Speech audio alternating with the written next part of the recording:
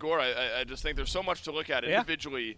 This Oni Warriors team is always going to have us talking about the individual matchups because they're players that like taking individual matchups. I think you got to look at mid, and for multiple reasons, right? They're brothers, right? And we haven't gotten to mention that one in a little while. Pagon going up against Vinny Q.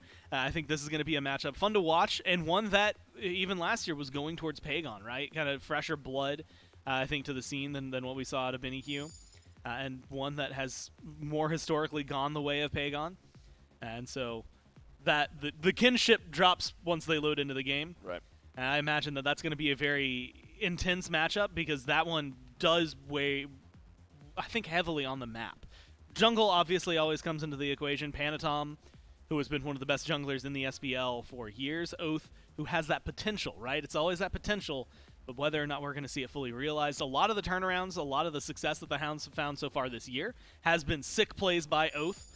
And so I wouldn't be surprised if that maybe starts to open things up.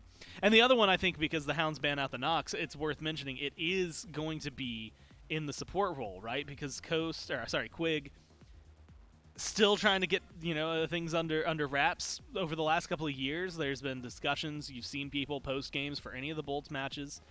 You'd have heard several times about how Jake's the problem for the Bolts, right? Jake's the issue. Jake's inting. Jake's the problem, et cetera, et cetera. I could probably go and find like 30 comments pretty quickly. You could. And then you come into this year and you're like, oh, actually maybe Jake wasn't the problem. Jake just didn't have a team that fit the style he plays. And now he has that around him. I think that Nox ban is very appropriate. Again, the Maui needed a little work yesterday, but we're going to see what he has to offer for us today. I think that we have not gotten to see maximum potential Jake just yet. And we got glimpses of it for sure over the last couple of years. You have to remember the Bolts went on a long tear. I think it was Phase 2 last year of wins, and Phase 2 I believe the year before, just win streak after win streak. And so I think that it's going to help translate here for the Warriors' success. Yep, completely agreed. Nox score, you mentioned it. Played 3 of the last 6 games for Awesome Jake, including the kickoff tournament just a few weeks ago. CERN will end up being first pick here for the Oni Warriors. Netroid's so talented, and again, I think you could have a similar conversation about Netroid that we just had about Jake, where there it is. This is the style of team that really seems to fit in Net and his play style.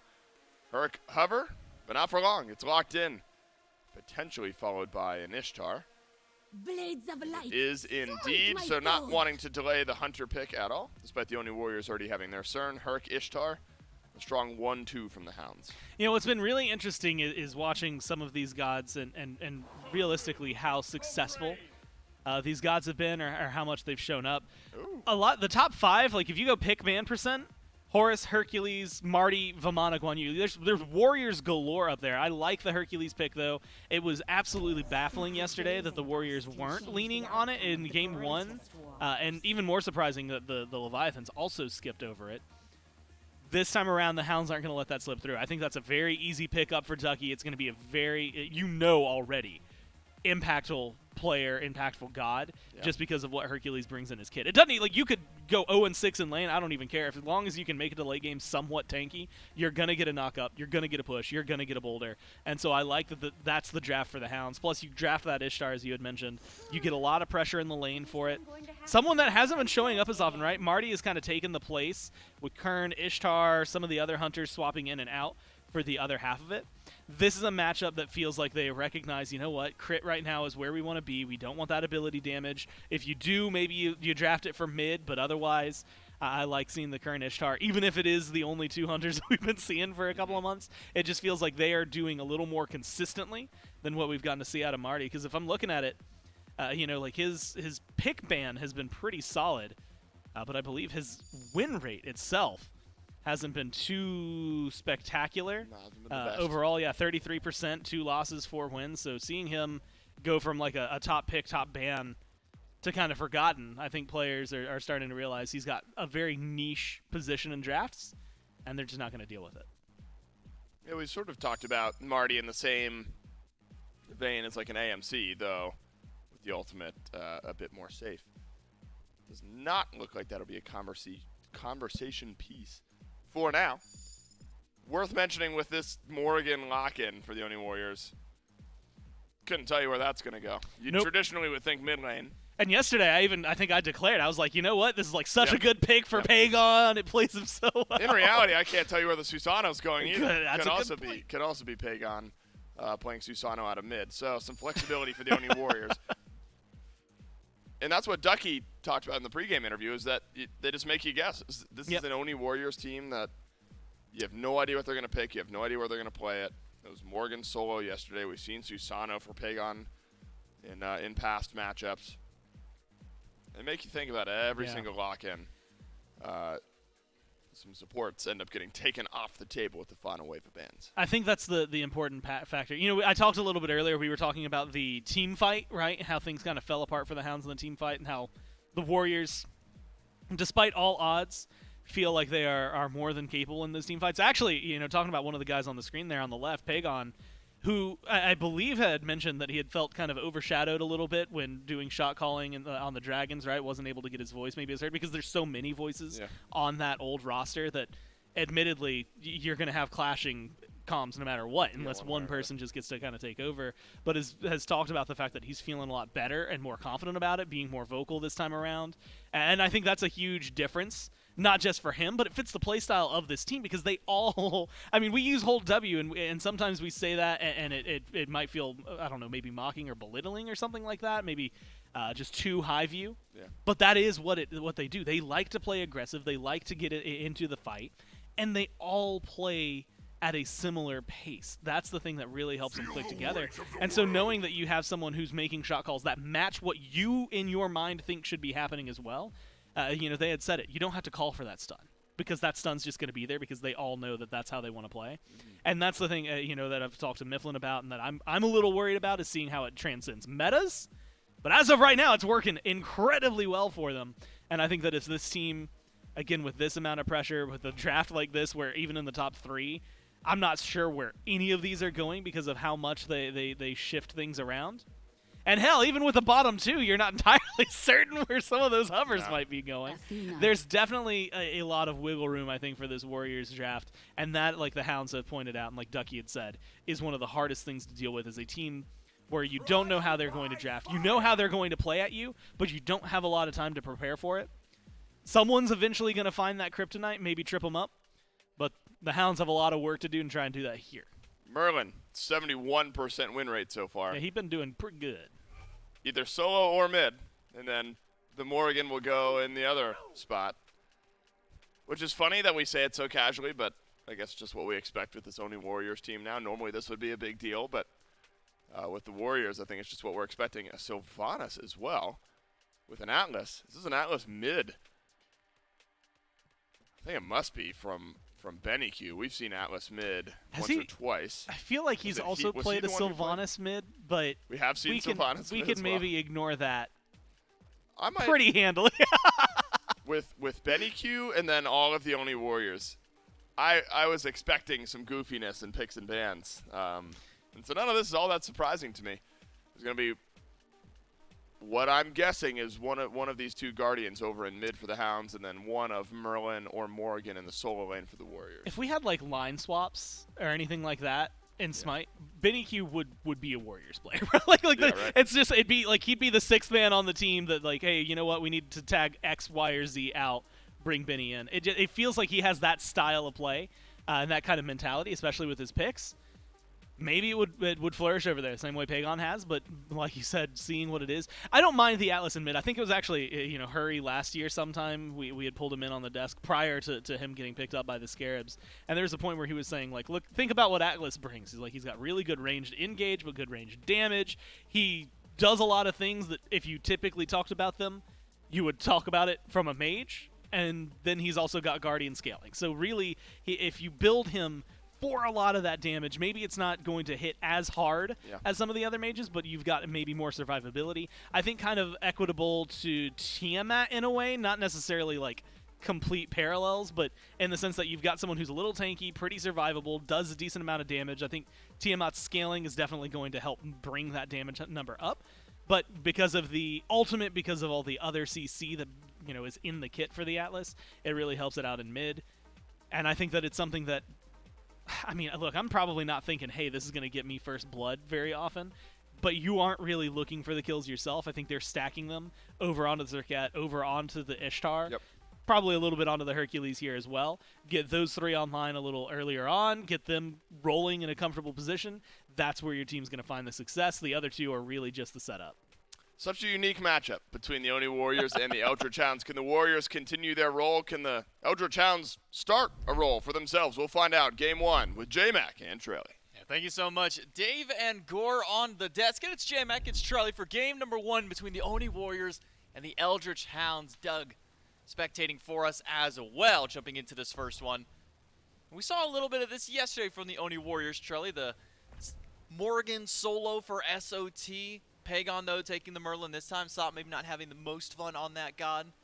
In game 2 of his set yesterday up against the Hercules. Doesn't want to have to try and repeat against that. But probably the most interesting so far out of the draft, because we saw a lot of this from the Warriors yesterday, is BennyQ on this Atlas mid. How do you kind of feel about this as a mid lane selection? The desk kind of talked about some of its strong points. How do you kind of feel about it, Trelly? Yeah, I mean, it's one of those picks that it can work. I think Atlas can do a lot of damage. It's just it gets punished very easily. If you're able to body block that dash or just CC him to death, it's not the easiest pick to make work. And BennyQ has gone back to it time and time again, trying to find success. He does find mild success in the games. He's able to find kills, get damage off, but not many wins, and I think that's the big difference maker. But he still is confident in the pick, and I have went on record saying that I think, first of all, the Merlin solo was not a big fan of it. It didn't work out, was not very good for Sot. You know, it wasn't a great draft at the Oni Warriors. But the Morrigan solo I like a lot better, because you're in a traditional 1v1 matchup. If you ever find a good stun, if Ducky ever carelessly uses Driving Strike, you can just transform into, you could be a Zerkat, you could be Susana, you could be a Hercules yourself, and just find that 1v1 matchup. So I do like the Morrigan solo. I think you can dominate a lane matchup if you play it properly and if you're able to stay safe until you get ultimate. Both the fast bling pulls beads from Pagon. And that's a great start for the Eldritch Hounds to get some pressure in that mid lane. Put Pagon a little bit uneasy on this Morrigan pick. Or I'm sorry, on this Merlin pick. I was thinking about the Morrigan there for a second, because yesterday in every single game that the Warriors were playing, Adapting was camping SOT. At one point 0-3 in game number 3. Died a couple of times in games 1 and 2. Similar to how Ducky's trying to get some kills on SOT here. First blood though goes to Oath up against Pagon in the mid.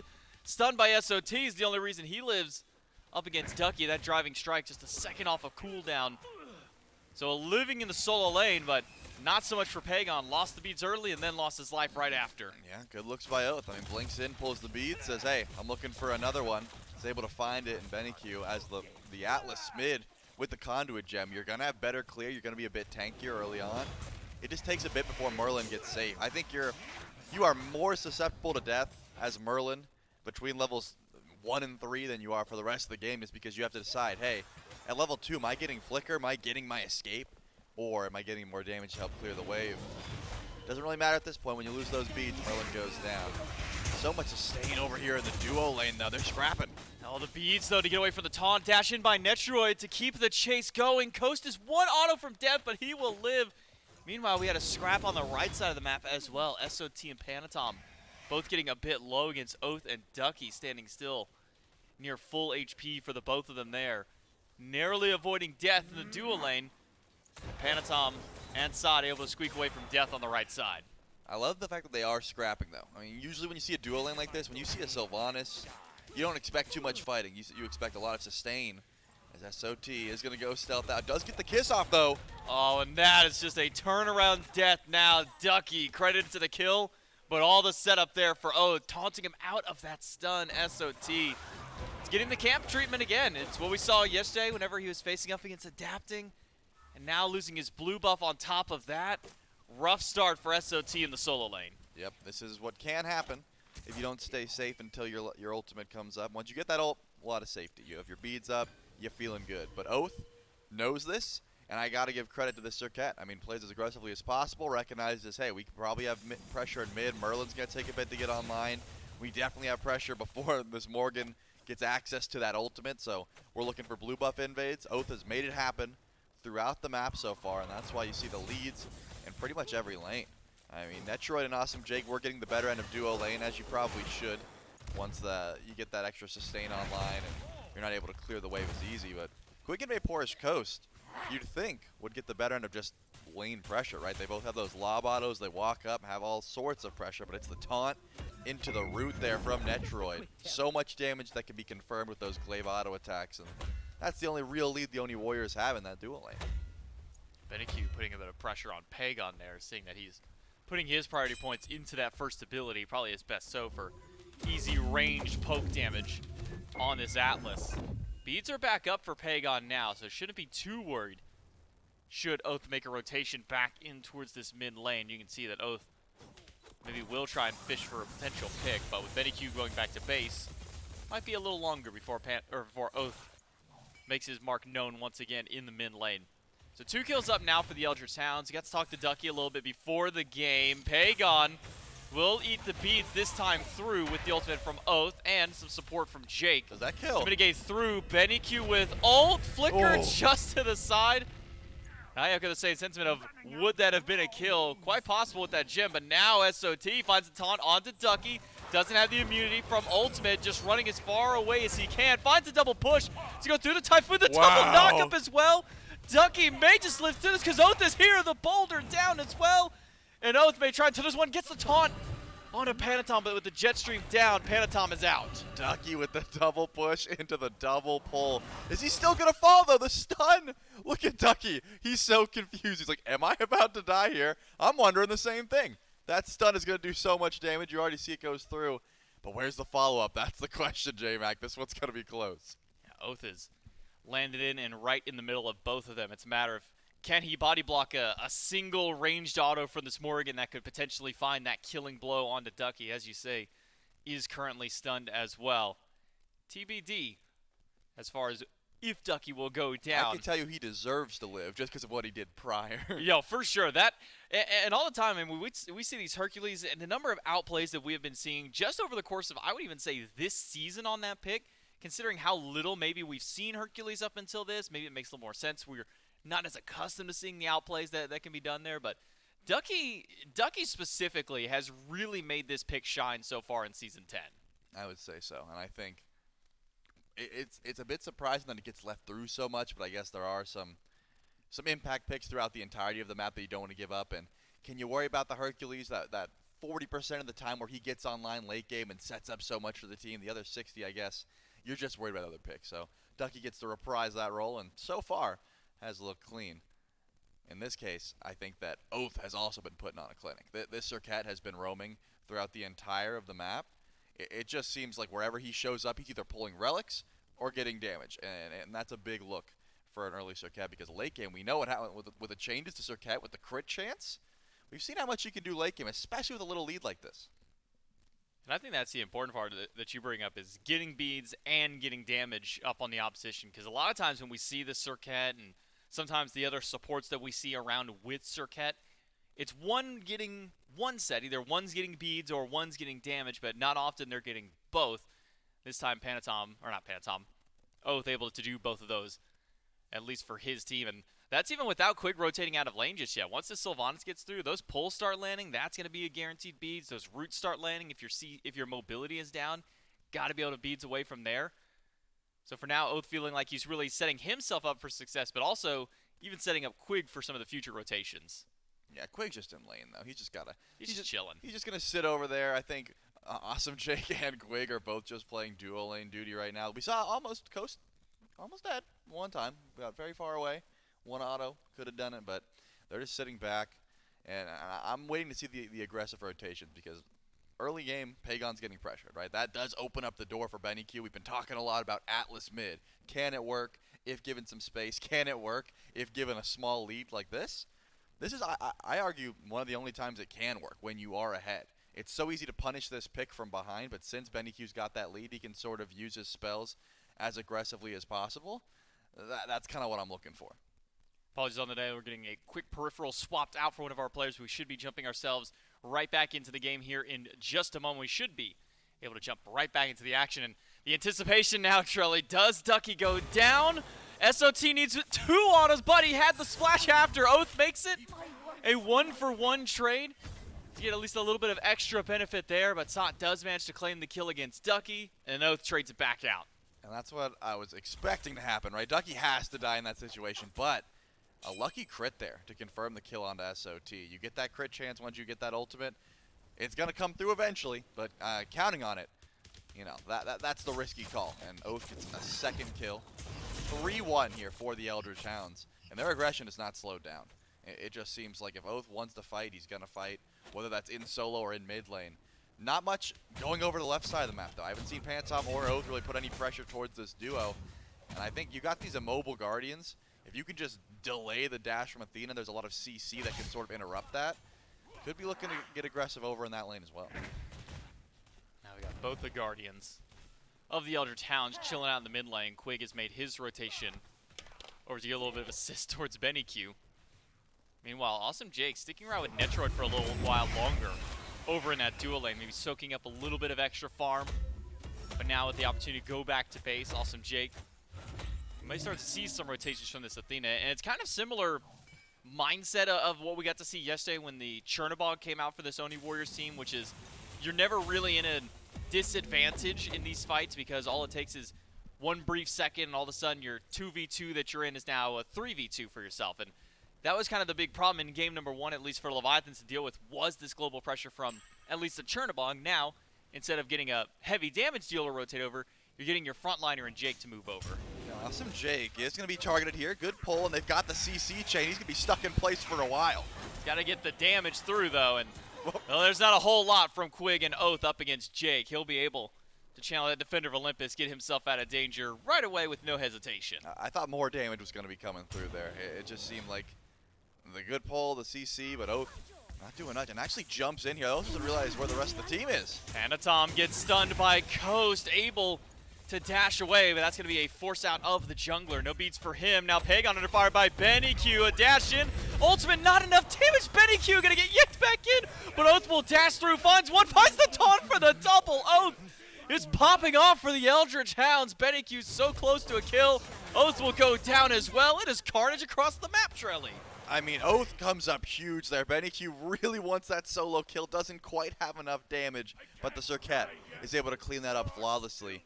SOT with the clutch rotation as well, though that shutdown is big onto Oath. 4-0 on this Circuit, and would have been able to make it out. That Dark Omen was necessary. Awesome Jake would not be able to finish that kill without SOT rotating. Unfortunately, loses his blue buff because of that rotation. Ducky's not going to let that one go for free. But now the Morgan's sitting at 2-2. At the very least, as you said, that double global presence, it can be really annoying to deal with the Athena ultimate, and now you've got the Morgan and the Athena. That could just be 2 Athenas. That could certainly add up. So I like the fact that SOT is making those rotations with this Doom Orb. If you're getting the movement speed, you should be using it for those clutch rotations. Oath now level 10 on the Circuit. That said, 4-1-1 to his name. A part of every single kill for the Eldritch Hounds, and 4 of them directly under his belt. This time through. The Eldritch Hounds haven't really built up too much of a lead just yet. Only about 1,000 gold to their name. No real objectives to kind of go for in this early game. Gold Fury is up, but not really the damage value, at least from either of these teams, to go for it this early. Pyromancer's not up just yet for these 2 teams to go for. Feels like it's been just a lot of fighting for the sake of fighting, especially when you look at that fight around there. Looked like it was one to set up for Gold Fury. It could be an answer for the Warriors now. Quig taunted back in. Oath gets an ultimate on top of Panatom. Benny Q goes out the Gamma Burst, but it's not enough damage coming from this Atlas mid. The Eldritch Hounds just missing out on a little bit of DPS to take out the Warriors. Yeah, it just seems like these 2 teams' playstyles are clashing here. Oath gets caught out by the taunt, should have enough damage to get away. Now Awesome Jake pulled back in. Both of these teams, they want to scrap early. They want to look for aggression. We've seen it so many other times where they're able to find pressure and just run with that early game. And it seems like we're seeing that in a big way here, where they both are just looking for fights consistently. There's never a, hey, we're just going to, I guess besides duo lane, right? Coast and Netroid are just accepting that, hey, we're both going to be pushing in waves and we're not going to look for too much aggression. Everyone else is scrapping. There are no objectives to look at currently. No one's grouping up towards Gold Fury. Pyromancer's not available just yet. They have been fighting just for the sake of fighting, and you gotta love to see it. All the while now, Coast is gonna look for the ultimate. That's because Panatom's on the way. Panatom goes in, no pull because bees are there for Coast. And now Quig on the rotation back through. Ult is available for the Sylvanas, but not going to try and connect that route onto Panatom or Netroid this time around. Now with Jake here, makes it a bit uneven once more. Still no Defender of Olympus from Jake. And I don't think SOT is going to be getting a blue buff anytime soon, as Oath and Ducky have been camping that buff. But now that there's knowledge that there's two on the right side, the Oni Warriors will immediately go to the Gold Fury. And this is a lot of what we saw yesterday, Charlie, was Oni Warriors, they try and go for a pick, they don't find it, they send one, maybe two to base, and they capitalize by taking an objective. Eldritch Hounds will answer for one of their own, but Oni Warriors take Gold Fury, Eldritch Hounds get Pyro. It's going to be a decent trade for the Eldritch Hounds. At the very least, they're able to grab a Runic Bomb for themselves. If, you know, they wanted it, which they did, and they just left it there, so not going to pick up that Runic Bomb. I suppose if you look at their consumable slots, a lot of wards. Ducky certainly could have grabbed it, but everyone else, I guess, not wanting to go over and actually pick up that Runic Bomb. So the gold is what we're going to talk about, and it's not that big of a deal trading early on. The Gold Fury starts to get a little bit more worth as the game continues, so it's not the end of the world losing that. I think just good pressure there from the Oni Warriors. Wouldn't be surprised if Sot said, hey, I don't know if it's a coincidence, but every time this blue buff spawns, there's a Circuit here. You guys might have some pressure over in left lane when that's happening, and they decide to make the pull. That's about as easy as it gets. So the Oni Warriors and the Eldritch Hounds trade objectives, and that's going to be down for quite some time. The question is, are they going to still look for aggression with objectives down? Usually we see these teams fight over the objectives once they're gone. They sort of go back to farming. If they catch someone out, yeah, they'll go for the scrap, but besides that, it's a whole lot of just idle play. But it seems like Oath is still trying to get aggressive. Wanted to pull the beads from Pagon a little bit too far. And was able to juke out the taunt there from Awesome Jake. Circuit, it's a hold on to her beads as well. And talking a little bit about Circuit, we saw a bit of a different build path from Panatom yesterday, going towards a little bit more bruiser style Circuit compared to Oath, going to this more crit glass cannon style. Do you have a preference for one or the other, Charlie? Because it felt like Panatom almost kind of got forced into it because Sot's running this damage solo comparatively now, to where you don't really necessarily need to go that because you have Ducky on a Hercules for Oath. So do you think it's just a comp dependency, or do you think it's a player preference maybe? It's probably a little bit of both. I think that damage Circuit is always more fun, but when you use that ultimate and you're essentially just sitting there and you don't have the Aegis and you just get absolutely one-shot, it's never fun. Ducky's about to figure out if it's fun or not. He's got a lot of CC to deal with. Fast beads and an ultimate, but a taunt back in. Ducky is good as dead to the 3-stack of the Oni Warriors. And what will the response of the Eldritch Hounds be? It was pressure to the left lane. Netroid so far back in lane because Oath is hunting around the jungle. But when you got this much damage on the Oni Warriors, Ducky, no matter how tanky he may be, there's not enough to stop him. And see, you might be looking at that play, you guys at home, and say, oh, that's so cringe. They three-dove Ducky. If it's only 2, he probably lives there. But it's a genius play, because what's the answer? What do the Eldritch Hounds do in the meantime? They're just looking around the jungle. Maybe you get a purple buff, but now they know. They can force a play on a Netroid here, and they're going to 3-stack over and left. There's no objectives. You might as well look for the dive. He takes 2 sets of beads away with his ultimate, though. Pulled just off the mark by Quig, a little wide to the right side. Now Jake trying to slow things down because Panatom on the way back. No ultimate through. Knock up by Quig. A root in place. Triple taunt by Jake. And a jet stream for Panatom for some extra damage. A purple buff invade at the end of the day for the Eldritch Hounds, but that cost them a lot, Shirley. 2 sets of beads and a couple of ultimates. Yeah, unfortunately, they don't have the amount of chain CC that the Oni Warriors had over for Ducky. Again, you can 3-stack in a simple lane when there's no objectives to be grabbed, right? You know, oh no, we put 3 over and right, there's no Fury. Same applies over the left side of the map. That was the call. Hey, we're going to dive Netroid. We're going to get an easy kill. We know there was just 3 over on right. Unfortunately, you don't have that amount of CC that the Oni Warriors had. I mean, they just had Awesome Jake ulting in. They had Panatom that could just pull in, then use the ultimate. And of course, SOT is also providing that amount of lockdown. Netroid was just able to dash away, and also good peel from Awesome Jake to make that rotation over. Oni Fury's back up, though. It has spawned back in.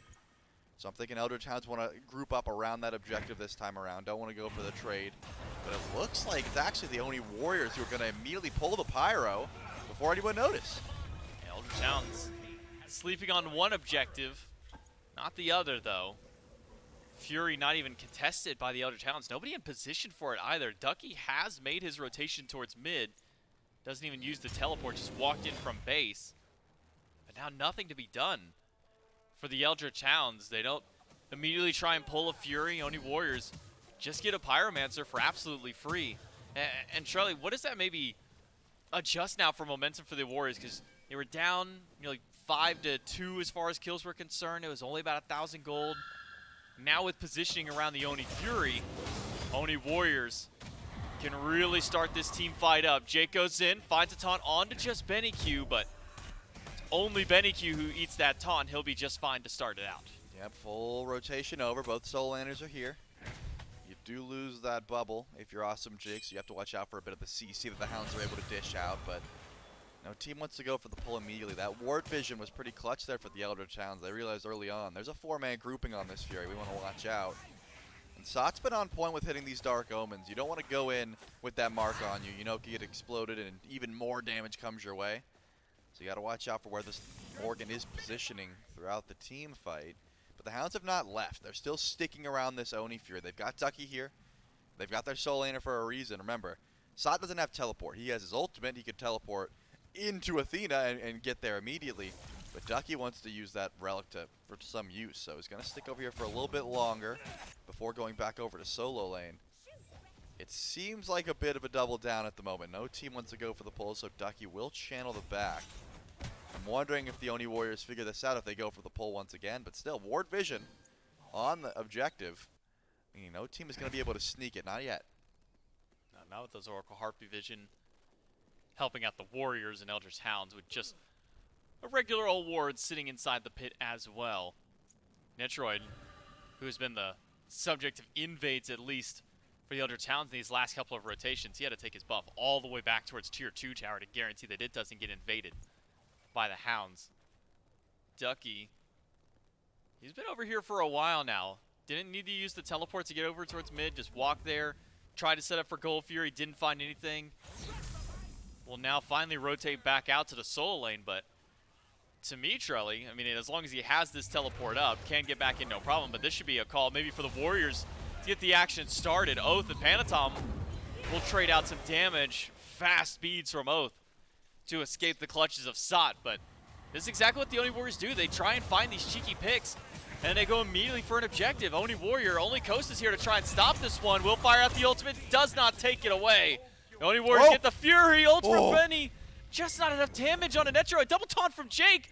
Might be the last thing that he gets to do. If one pull goes through, one root in place, or just one push against the wall, Ducky will knock down the support, but it's the Oni Fury for the Oni Warriors. I mean, I understand that Atlas ult doesn't do much damage, but it's been close to finishing 2 separate kills now. Unfortunate there for Benny Q. At the very least, they're able to win the fight after the Fury and step up for this tier 1 tower. Are the Oni Warriors looking to fight?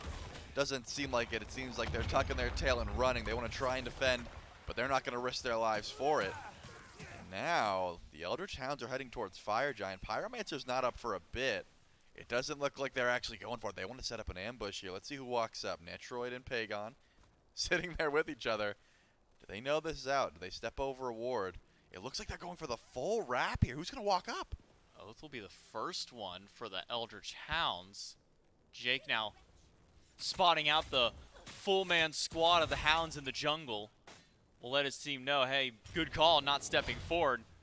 There's a full force waiting for you. Now, Pyromancer for the Eldritch Hounds. Jake can steal it away, but instead it's a leash. And now a taunt for awesome Jake. A quick dash out by Ducky. But having to use the beads, not ideal for the Hercules solo. The Eldritch Hounds start at Pyro, drop it. They are now down a couple of relics the next fight. They are. They're not going to retreat, though. They're sticking around just in case. I'm thinking the Oni Warriors have an opportunity here. I was going to say to go for the objective, but it looks like to try and kill Oath is the call. Oath able to dash away from the stun. Panatom goes in with the ultimate, but Ducky finds a knock at the same time, and a double push once more. Ducky saves Oath's life this time. Jake goes in, finds the taunt. Quick dash out by Oath. Ducky may be the sacrificial lamb for the squad once more. Teleports away with Panatom, who drops them and gets credit for that kill. Now, the Oni Warriors, a man up, can start up, or maybe at least have already taken that Pyromancer. Oni Warriors gotta know at this point, if this team is getting aggressive, they want to play for an objective. They do, as Jake taunts in, Benny Q and Quig, and here comes Netroid on the wraparound. Beautiful ultimate. Finds 3 with it. Oath caught in the middle of 4 and dead before he can even jump away from them. SOT, credit to the kill. 3, 2, and 2 now on the solo lane Morrigan. And the Oni Warriors, not the healthiest squad, will walk past the Fire Giant, but just to get ward vision down around the pit. Wow, and you can tell the Eldritch Hounds are going to give it up. Look at their positioning. They were going to walk away and said, hey, it's a 5v3, 5v4 for a little bit longer. We don't want to step up towards that objective, but as you said, low health bars. They didn't think they could commit to it, and they decided to back off. The objective smart play. The Oni Warriors have been getting the better end of these fights as of recently. I want to rewind a bit, though. It was a beautiful gank from Panatom and SOT over onto Oath. They just missed too much. Ducky ends up inting, trying to save. I don't think he even had a driving strike there. They had no more damage. They just missed too many abilities there. The Dark Omen and the stun from Sod ends up whiffing. Then Panatom just couldn't finish that kill. Ducky does double driving strike them away, but in doing so, cost him his life. And Oath, I think, made it out anyway. That Deathbane comes back up right in time to juke awesome Jake. Either way, you lose the one. Oath goes in anyways in a bit. You get that kill regardless. The Oni Warriors are going to be fine with that trade. They're still up gold, and they have the pressure towards FG if they'd like it, but Gold Fury is already spawning back in here soon, and it seems like that's where they're posturing, towards the left side of the map more than anything. Netroid isn't quite level 20. You feel a lot stronger going for that Fire Giant if you hit level 20, or you finish that item right there. Deathbringer just goes back, finishes it. I'm thinking go to the right, and look at that. He's already posturing towards the right side of the map. Who cares about Gold Fury? The Oni Warriors want to make a pull for fire. Elder Towns have stacked 3 on the left side for the Gold Fury. They should recognize the Oni Warriors aren't here, and instead, it's Fire Giant for the Warriors. You called it perfectly, Trelly. Netroid is already inside the pit, and this fire is melting. Ducky is here. No way that he can steal this one, except for only with that boulder with beads expended. Likely will not want to step up. Benny Q's got ult. Does not do an immense amount of damage, but can steal. Typhoon charged up. The Oni Warriors get the fire. Typhoon, it's 3 in the backline. Ducky pushes Pagon away as Vaporous Coast is trying to fight off against the Horde. Pagon thrown against the wall. SOT takes out Oath, but Benny Q finally gets the payload he's been looking for. Double kill for Panatom, and SOT gets a killing spree of his own. Netroid takes down Quig. It is a 4-for-1 trade. Only Benny left alive on the Hounds. I mean, when you see Pagon that deep in a team fight, you assume it's not going well for the Oni Warriors, right? You're like, wait, what's a Merlin doing that deep in the backline? Unfortunately for Benny Q, does get caught out by Sot. Lazy back it under Phoenix, pre-beats on that pull, and Sot's able to get the full-on deicide. Right side tier 2 definitely dropping. They've got minions, so that Phoenix will go as well. I don't think you can go for the end here. Oath, Quig, and Ducky all up. There's no way they've got the damage for it. Especially Jake can't tank that one up. Doesn't have Defender of Olympus to rejoin his allies. So the Oni Warriors, Fire Giant, a deicide, a Phoenix, and all it cost you was Pagon. I'd say that's a pretty big win at the end of the day for the Oni Warriors. Not fun for Pagon being tossed around in the backline by Benny Q and Quig time and time again, and by Ducky, but if one lone Merlin can cause a distraction for 3 Eldritch Hounds players, it's pretty good positioning for the Oni Warriors to be able to fight back in there. Coast kind of awkwardly trying to fight against 4 people on his own as well inside the Fire Giant pit, maybe questionable by the Eldritch Hounds. But now for the Eldritch Hounds, Charlie, you've got a couple of towers left standing. Maybe unlikely we see a defense there. So once it comes to these Phoenixes, how does the defense for the Hounds look up against the Warriors? It's a lot of pressure on Ducky and Quig because Oath has lost his usefulness. You've seen this crit style of Circuit build flourishes. It does fantastic 1v1s in the jungle. But when you're trying to ult against 3-4 members of the Oni Warriors, we've seen it twice now. Oath just dies. You cannot be in the backline with this little tank stats and be, sure, CC immune, but you're standing still to be, you know, hit with auto attacks, hit with damage from Pagon. It's just too difficult. So Oath is, he's only a CC bot now. That's all he can do. Ducky taunts it back. Awesome Jake picked up by Benny Q, thrown back under the tower, nearly goes down, and the ultimate from Oath will seal the deal. Typhoon does not connect. What? Ducky dashes back in only to die in an instant afterwards. Questionable decision by the solo of the Hounds. The Phoenix has been defended, but I don't think Ducky needed to give up his life for that defense. I'm going to give him the benefit of the doubt and say that was a misclick. There's no way he wanted a driving strike forward with that little damage. I mean, the Oni Warriors just have so much one-shot potential, as we saw. You just get one stun, one polyproc from SOT, and they can really kill just about anyone. But Oath was able to find a lone target there. Awesome Jake, once again, does not go beads. Because of that, you can get CC chained under tower relatively easily. Benny Q finds a pull. After that, Oath is able to confirm that CC. And this Guardian, relatively easy to lock underneath this Phoenix. Anatom is chasing through the jungle, not going to find anything. Oath's running away here. The Oni Warriors seem to be setting up for another Fire Giant. They are able to break the base on the right side of the map. The left side Phoenix push doesn't go great, but it's only 26 minutes into the game. It's usually lucky if you're able to get one Phoenix down this early when the game's not completely out of hand.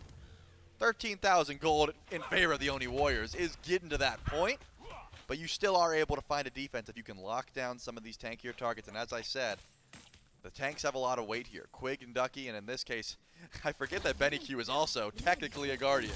They've got that CC for a reason, and it looks like Phantom's looking for Coast. Will be stunned away by Coast. The dive in, now it's 2v3. Knockup Oh only my going to land there, but goodness. Panatom's got so much damage. Vapor's Coast will fall down. If both Panatom and Jake will get out, but it sets up for the Oni Warriors. You got a lot of damage on the opposite side of the map. Fire Giant should go on all 5 unless Jake sacrifices his life for this one. 3-man chase to the Hounds. You got to get something here. If you've invested this many bodies to the left side, you got to find one pick. It's going to be onto Awesome Jake. Knockup is good. Panatom did not go back to base, questionably, but can now rejoin with his team, clear out the jungle, and fire on 4. Yeah, it seemed like he was like, hey, maybe I can stop their backs and you guys can push it. And then he realized, I don't have much HP here, and it doesn't seem like we're going for Phoenix anyways with Awesome Jake dead. So they decide to back up. He will be able to rejoin the team in about 30 seconds when Defender of Olympus is back off cooldown, but would the Oni Warriors really walk up? Yes, Sot's got the polyproc. They're able to grab that Phoenix for free, and now just sort of stand here at Phoenix line. This is a good call. They don't have to overcommit. They can stick around, wait for Awesome Jake to join them with that ultimate. Until then, just sort of push up these waves and make sure that the Eldritch Hounds can't leave base. SOT is a threat with this build. He's fully online. He has the Magi's for CC immunity and that ultimate available. He can 1v1 just about anyone right now on the map, especially if it's Oath stepping up. Remember, that's a full damage circuit. You're not in the jungle, so you don't get the benefit of the protector of the jungle. He would absolutely melt. One stun, one polyproc, and you could ult into just about anyone to finish that kill. Eldritch Hounds holding strong at their mid-Phoenix. Jake is back up and has instead decided to march up the left side of the map to try and get some wave clear. And Panatom will go up ahead of him, clear out the incoming wave of minions. Oni Fury, or Primal Fury for the Oni Warriors, I should say, will be the next selection for them with a wave pushing up in the left lane. No towers left for the Hounds to defend. It is all going to be Phoenix defenses. We saw the success of the Phoenix defense last time by the Hounds. They popped the Magi's from Awesome Jake. No beads means that the next CC locks him down to take him away. The Eldritch Hounds have got to keep doing that time and time again. That is the only frontliner, the only one who can take up these Phoenixes for the Warriors. Yeah, they're pushing in mid. Remember, Sada's still sitting on the right side of the map. Someone is eventually going to have to deal with these fire minions and the Morrigan that is just pushing them into base. But mid Phoenix is the call. The poly shots are already coming through. And it looks like a 3-2 split. Ducky comes back over, 3-3. Up on the left side of the map. Bird's not taking a lot of damage. Dash taunt by Awesome Jake.